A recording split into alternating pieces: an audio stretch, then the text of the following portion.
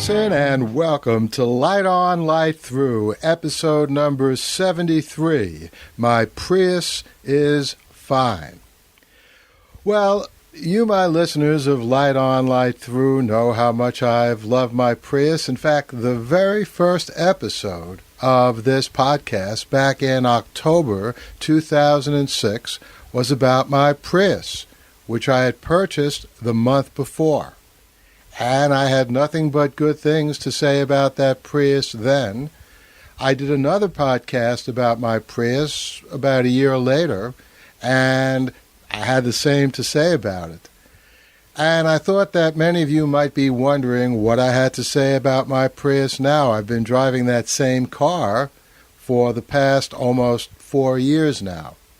And with all the negative, horrifying news about what's been happening to Priuses, I thought I'd chime in here with a data point about my Prius, which is that my Prius is fine. Now, like any other car, it certainly hasn't been perfect.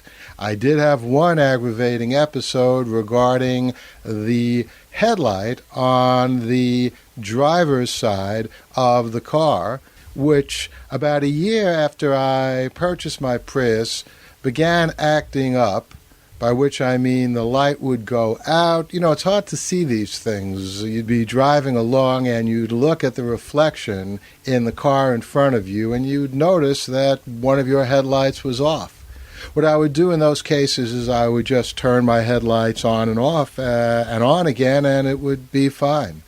My wife occasionally noticed that the headlight was out. The irritating thing about this is I brought the Prius into our dealer, which did very good repairs otherwise.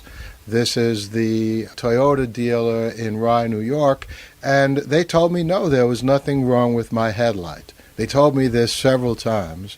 And then eventually, actually the last time I brought the Prius in for a checkup and repair, they told me the light was out completely.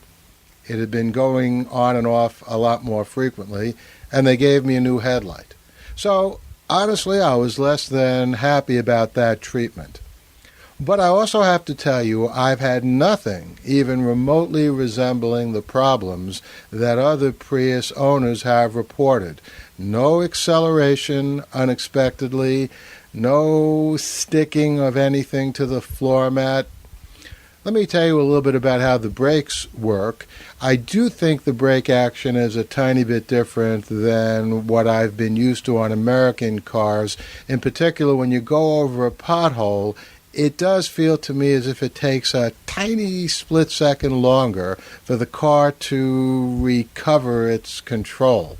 I mean, I don't know whether that's brake or something else, but the important point is the car has never been out of control, either as far as the brakes or the acceleration.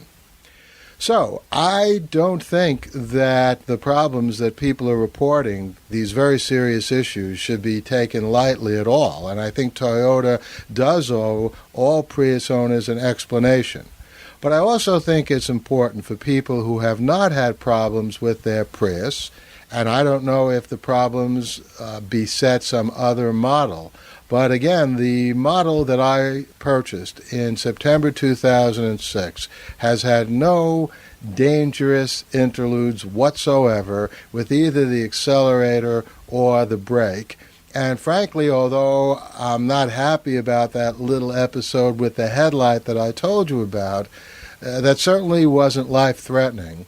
And it certainly has been a lot better than some of the experiences I had with American cars.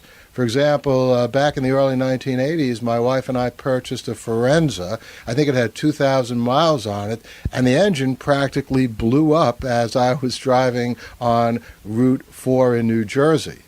And just had insult to injury, the insurance company, I can't remember who they were, they gave me plenty of grief as well. So I think the nature of owning cars is you're going to have problems. And my point here is the problems that I've had with my Prius are pretty much minimal compared to problems I've had with other cars. And I still love all the things I've always been saying are so great about my Prius. I get 40, 42 miles per gallon. That's not quite the 50 miles per gallon that I was told I would get when I bought the car, but it's still a lot better than what you get with most non-hybrid cars. I fill up my car, therefore, much less frequently. I love the Bluetooth telephone connection, which allows me to listen to podcasts, including even this one. So there are still all those great things about the Prius, and I do hope that an explanation is given for all the very serious problems that other people have reported. But right here, a little north of the New York area, my Prius is driving just fine. The Light on Light Through podcast